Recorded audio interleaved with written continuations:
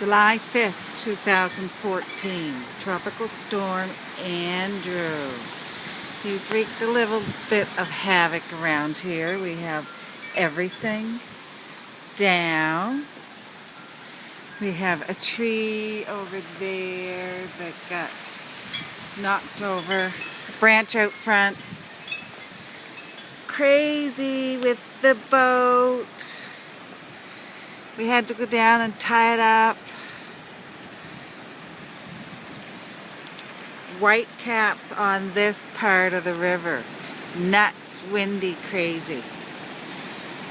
Look at that tree. Ooh.